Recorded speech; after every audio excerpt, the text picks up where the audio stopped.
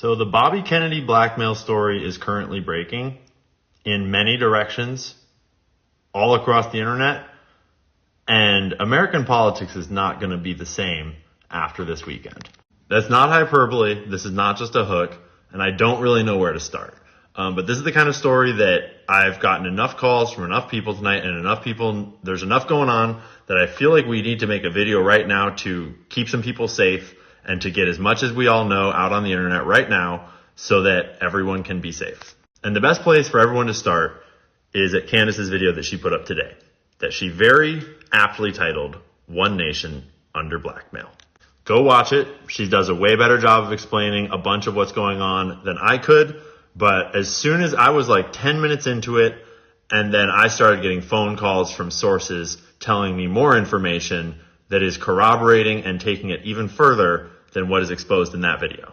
And I have sources telling me that there are people in like media and around Bobby that know about this and know it's coming and are trying to protect him and save him from this. But it is past that, and there is no saving anyone from this, I think. And we just have to deal with what's about to happen. So I'm going to leave all of that out, and we're going to start the story here with our girl Jessica, House and Habit. She had tasked one of her writers, Emily Hagan, with writing a hit piece about Candace Owens. They were trying to create or dig up some dirt on Candace's husband for some reason to take her down. For reasons we'll kind of get to in a second.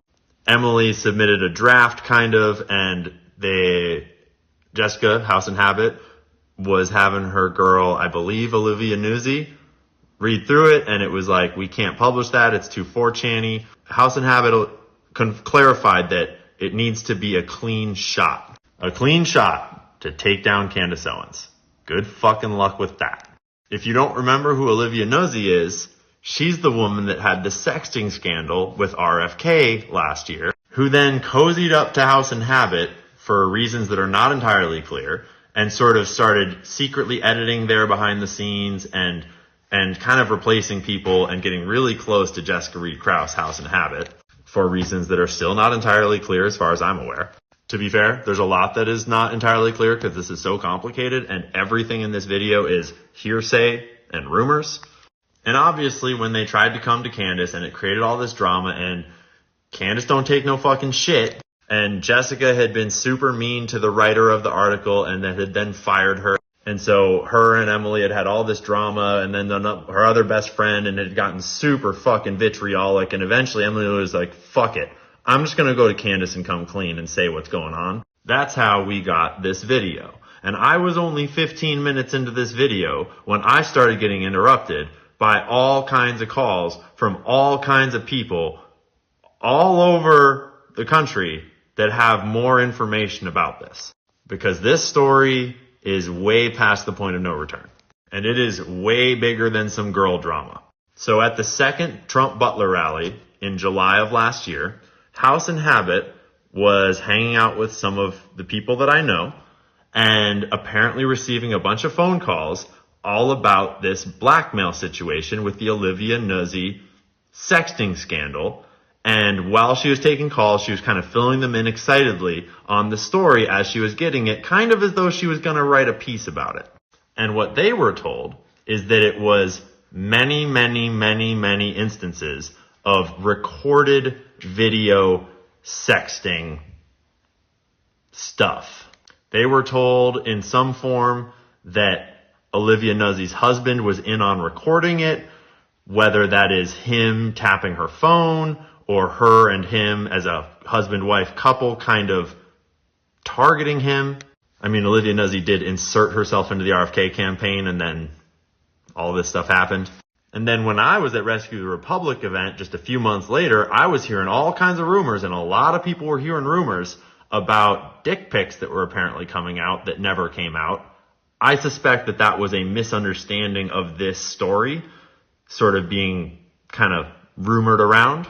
So what we got was a story that Olivia Nuzzi and him had a romantic, emotional connection over the phone that had caused her, it was inappropriate, and he apologized, and so she left the campaign sort of, and then went and got real cozy with House and Habit, who had a lot of details, who was rad. I don't know what happened there, but I know that what a very trusted person on my end told me that they heard at that event was that it was not just that. It was recordings of video sex. There's also a lot of swirling rumors of other people that he's been having sex with that are very heartbreaking and inappropriate. But I started to wonder, who might Olivia Nosey and possibly her husband, who, if they had that, who might they have passed such blackmail to? Either sold it or been sent by some group. And you need look no further than her Wikipedia page to learn that in 2013, just out of university, actually while still in university, she volunteered as an intern for Anthony Weiner's New York City mayoral campaign. If you don't know about Anthony Weiner, look it up. And that is a direct tie to Huma Abedin and to Hillary Clinton and to, at that point, just pick your term for whatever deep state groups you want to talk about. That blackmail could be anywhere by now, but I think we all know who has it. And Candace certainly knows who has it.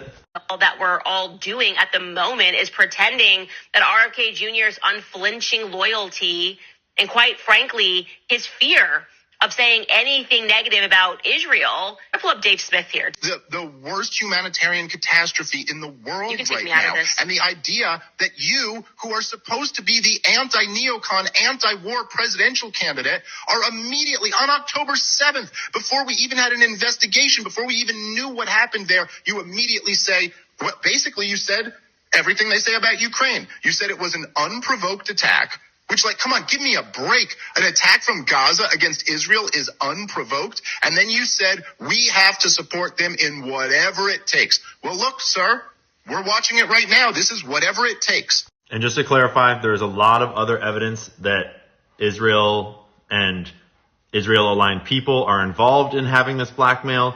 But I don't want to get into details just yet because that would kind of compromise some of the journalists that are currently a little at risk. Right now, Bobby's own staff around him they know this, and they have been trying to find the handler that's close to him, because it must be very close in order to be managing his tweets and managing his appearances and everything he's doing. And it sounds like there's a lot of people that are trying to protect him from this coming out, but it is already coming out. And unfortunately, it is out enough that journalists are in danger.